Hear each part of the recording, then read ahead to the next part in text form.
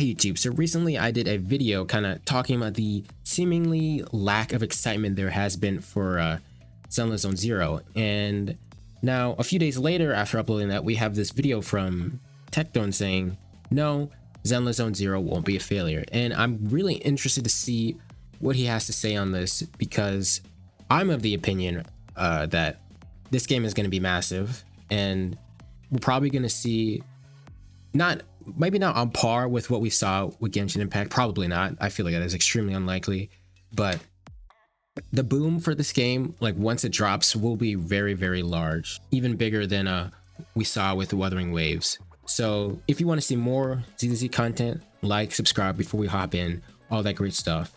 But I'm kind of interested to see what he has to Guys, say. we're gonna go through everything right now. We're gonna talk about this because I need to explain the over hatred and the lack of care for Zenless Zone Zero. So I sent this clip a couple seconds ago, which was this. Okay. But we'll have to see. Oh, and the quote is, "It's over for Zenless Zone Zero if this is the level of hype people have for it after the live stream." Just to set you some context. Now, I kind of don't understand like why this tweet is worded. Like, I don't know why it's so dramatic. Like, it's over. Like it's not over. Like, can we be real for a second?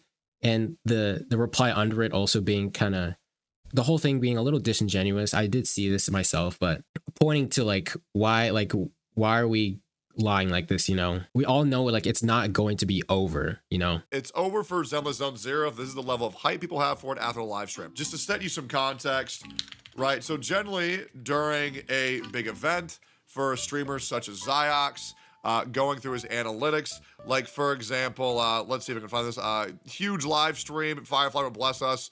Chlorand is here. You know, we see some of the bigger streams getting around 7.1 thousand viewers, or really 9.5 thousand viewers. So Ziox went live the other night to watch the Zenless Zone Zero dev live stream, which admittedly was at 6 a.m., but that's usually when they are anyways. And he pulled. and I did see a few people point out like the timing of this stream and why, like, seemingly like no one who's gonna stay up and watch this. But these are the type of players that, you know, if you know something you're interested in is on the horizon, you're gonna stay up or wake up early for this type of live stream. Like, these are just these kinds of players that will do that. Around an average of 5.5k viewers with an average of 4.1, which is generally much lower by his other live stream reaction in comparison. About 40% of the average viewership that, or sorry, 60% of the normal viewership that he actually gets during the actual live streams. Okay, and with no competition as well, because if I was live, I would have also taken probably an extra 30% of his viewership, because whoever's in the top left of the category generally gets the most viewers. Well, let me rephrase that, they do get the most viewers, and they also kind of cannibalize the other streamers' viewership, because that's how streams work. That's why stream PvP is very real, whereas YouTube PvP is a lot less real, because in YouTube you share the views, whereas Twitch you actually have to fight for them. So And if you want to help me climb in the Twitch PvP ladder, go follow my Twitch at twitch.tv/Vihsta. we got around 5.5 thousand viewers during the Zenless Zone Zero live stream, almost completely uncontested by anyone else of his caliber, Ziox being most likely the #2 Gacha streamer on the entire planet, which is a huge accolade. Okay, after the live stream was over, this was his reaction. But we'll have to see. As it stands right now, my take, I'm very question marked, in the sense of I'm gonna give the game a try, and then if I like it and if you guys like it, I'll keep playing it, and if you don't, or if I don't, then, you know, we'll decide then. So that's pretty much the most lukewarm reaction that you can possibly give. Okay, that's pretty much like, I have no idea how the fuck to feel about this game, but why don't people know how to feel about this game? I believe that I'm a content creator where I can Also, like, kind of saying that, I don't want to say it's a PR like reaction or a PR response.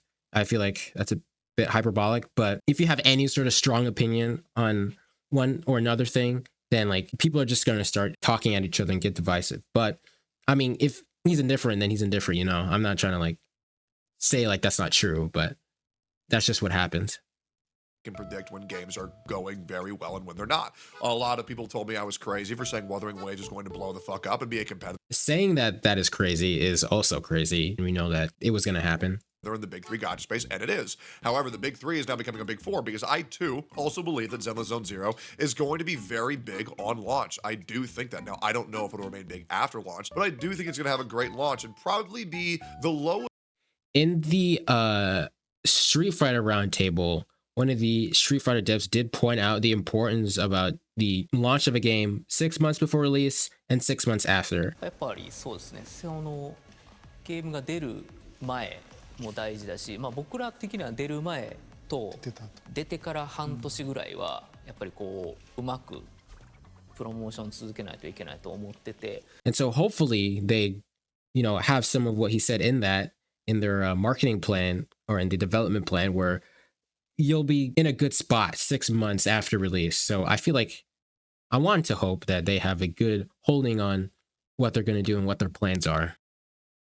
Of the four, but I do still think that Zenless Zone Zero is going to be a very good game, and a game that I'm actually very excited to play myself. I want to go further into why I'm excited on playing Zenless Zone Zero and why I think the game is going to be good. Just to give you some more context, we're going to pull up Google Trends, and we're going to pull up a couple games, okay? Genshin Impact, okay? Video game, yes sir, and then we're going to go by worldwide to keep it fair for everyone. Then we're going to look up Honkai Star Rail, video game, and then we're going to pull up Wuthering Waves, video game, and we're going to sort by the past, let's do 1 year. So as you can see, Wuthering Waves popped the fuck off and dropped very hard, which by the way, if you go to my previous videos, I predicted exactly that was going to happen. And now yeah, this is completely normal. I don't think we'll have another game on this level as Genshin here ever again.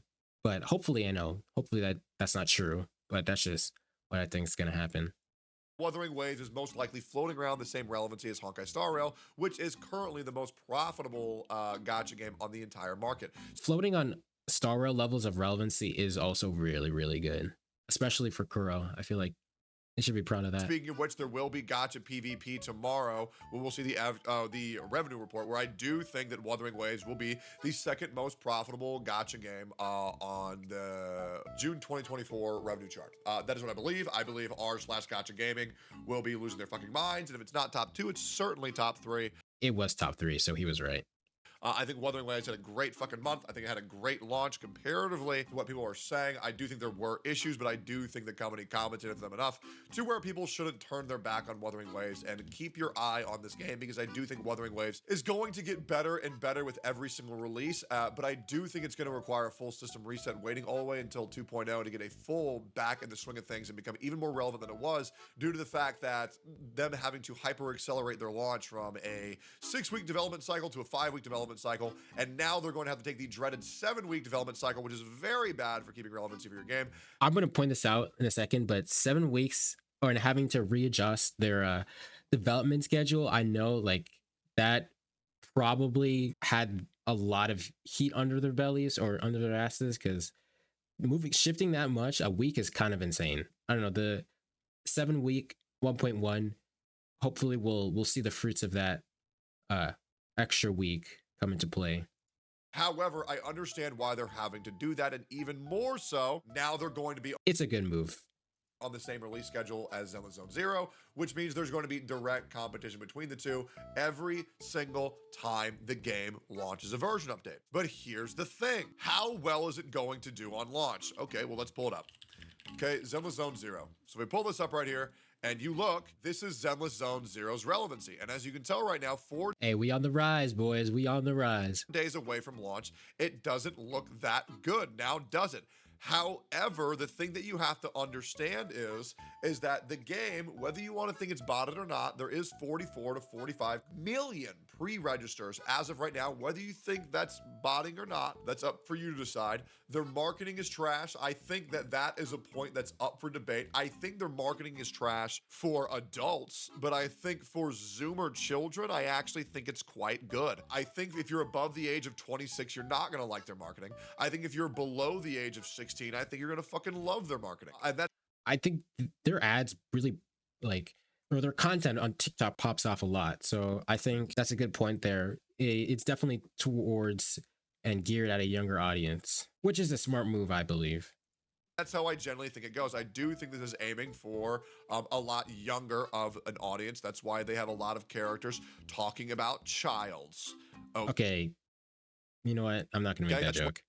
But I genuinely think. Now, here's what we can infer. Okay, I need to get you back around 5 years. So every single cycle of every game ever has the exact same trend. Okay? 1 week out, there's a difference between 20 to 30x of their pre-hype before the game explodes, okay? So right now, the pre-hype phase for Genshin was a 6. The pre-hype... And like, before we get into that, I'd like to point out the way like the Google Trends like numbers like kind of work.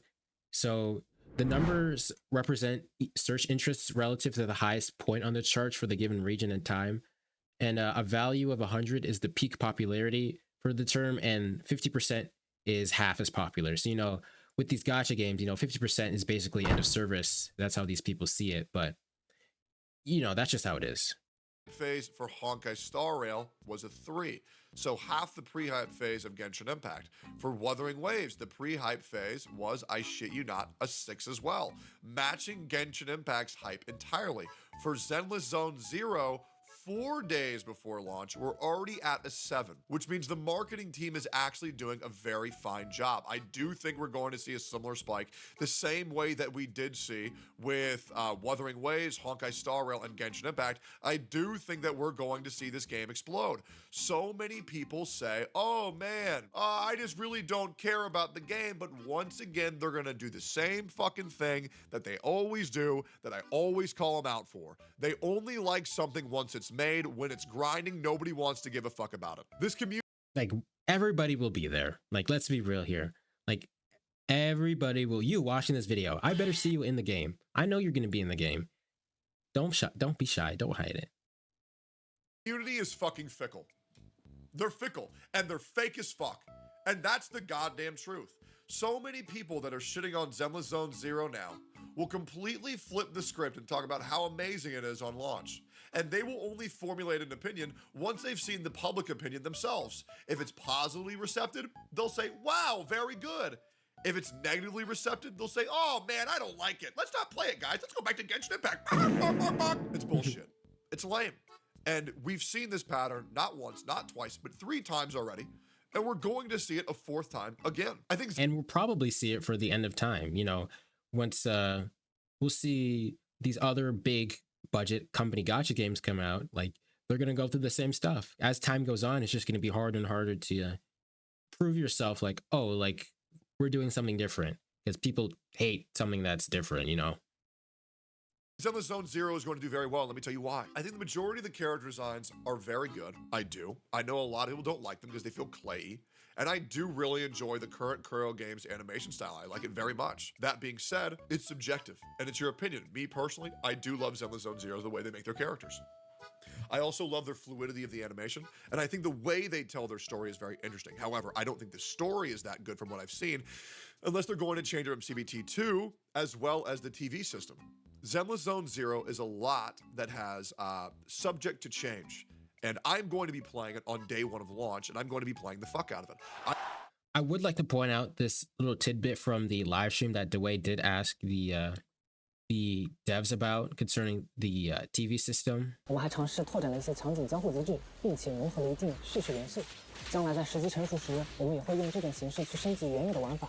难道说这些走格子的玩法，为了有一天都会变成真实的场景关卡？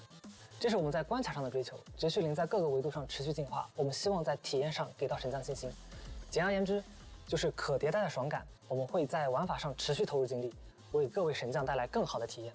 Yeah, so with that in mind, like we're set up to see some very like interesting player dev reactions. I feel like, at least that's what I would like to say. I'm going to be attempting to beat all current content, so much so That's what I hope. I misspoke. so that I'm actually neglecting going to California to go to Anime Expo because I'm so excited about Zenless Zone Zero's launch. I'm going to want to do a 24 to 48 hour stream on launch, especially if the game has drops. I think people are really turning a blind eye towards it because they always do, because it's a Hoyoverse game. And these Hoyoverse community players are so miserable to where they won't want to support you unless they've already made it, to feel included in this come-up story, and they don't possibly want to end up supporting someone who didn't. I feel like people... And like, here's one point I made. I've seen people in my comment section talk about, I don't want to try it because it's a Hoyoverse game, and you know, seeing how they treated Genshin Impact, or like, I don't want to go through that again. Or I mean, if you're playing Star Rail, y'all are fine, you're only eating good. But just like based on past experience. And I made a tweet about this. Like, I want to point out how, like, I don't want to say disconnected, but how like in their own bubble each of these development teams seemingly are. They're not like meeting in like the same like meeting room discussing content for each game like in the same room. Like they just do different things. Like they're on their own, you know. Star Rail's team went to visit Atlas with the Persona people, and you know, we didn't hear anything about Genshin doing that, but they have Aloy, I guess. We've seen their collaboration efforts come to fruition with other studios, aka the Divergent Universe and like the UI and how that looks. So like they're very much in their own bubble. So Zenless could be doing something completely different from Star Rail and Genshin down the line that like people would never guess like a Hoyo game would do, just because of how their company, I assume, is structured. At least that's what I get from reading these interviews. People who are excited for Zenless Zone Zero shouldn't be deterred by what other content creators are saying for why the game is doomed. I think other viewers should be very much inclined to go and formulate their own opinion before listening to someone who's financially advised to speak highly or speak negatively of a game that they want to play. That is really good, a really good point to make, but unfortunately, like the reality is like people like they can't think for themselves. Like they will literally just like look and see like, does this person and what they're saying, this person I like, validate like my opinion, or is it like maybe I'm not in the right, you know, maybe I should be more aligned with what they're saying so I don't seem like a crazy person online, you know, even though that's their opinion, it's subjective. Fuck what content creators think, and fuck what fake content creators think even fucking more. Who's fake? That's up for you to decide. Okay, but eventually when you watch a creator for so long, eventually things will start to make sense. However, here's the other big thing. I think at this current moment, the gacha genre is actually getting harder and harder and harder to get into. And I think it's harder and harder and harder to earn an audience for. Because now this space has blown the fuck up. And now there's variety. And now all these people who are used to getting free viewership by playing Genshin Impact and Honkai Star Rail are realizing, oh God, I'm not entertaining. Oh God, all I do is just regurgitate what everybody else is saying. Oh, it's kind of like it's not really like going down or ever probably going to go down, but like maybe a plateau or like just small incremental increases in like the amount of creators that can really like pop off. Like it's not COVID anymore, you know. It actually takes like, I feel like, genuine or seemingly genuine effort. Like people will like see if you're genuine enough, people will see that and they'll be somewhat endearing to that. Kind of like how, you know, we have generative AI, like people are going to be looking for more authentic stuff. And, you know, if you can showcase your authenticity, then not only will you probably be more successful, you know, more people might dislike you, but that's fine, you know, because there's the people who already like you for who you are, you know? Oh God, I actually don't know how to entertain.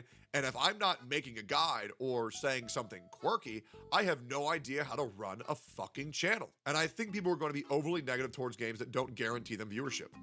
And I think we're going to see more and more people being overly negative because they're bad at their jobs. This video will piss a lot of people off, and I'll be real. Please react, because I would love to react to your reaction. Oh, guess what I'm doing?